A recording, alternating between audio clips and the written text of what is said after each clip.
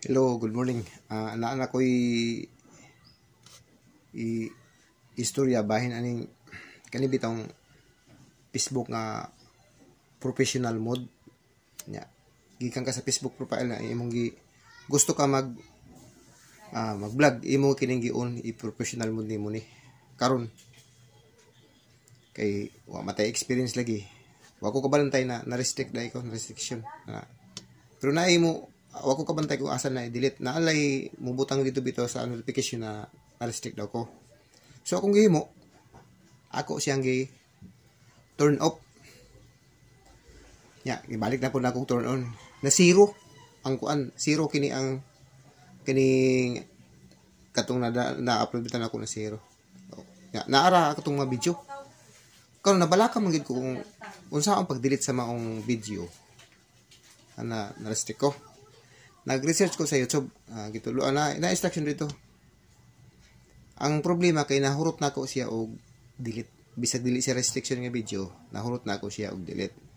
Yak. Kay nahurot man lagi na ako siya og delete. Ako na lang siya gi-turn off ug balik niya. Ibalik ko og turn on. Karon na-turn on na. Karon na-turn on na tog balik. Ang kaning akong professional mode natun on na siya. Akong ideya, naghimo ko, nag-download ko sa YouTube nga mga kaning nag-viral nga mga video. Ako siyang gidownload niya, gi-re-upload na ako sa akong Facebook profile. Ako lang siya gi-adjust ang speed niya. To, mga kwanto ko buok 9.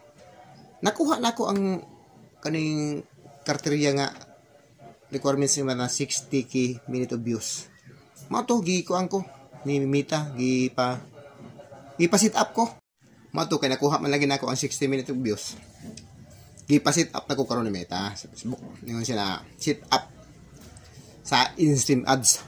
Mato sit up ko. Nag-sit up ko August 29 sa gabi. Akong sit up.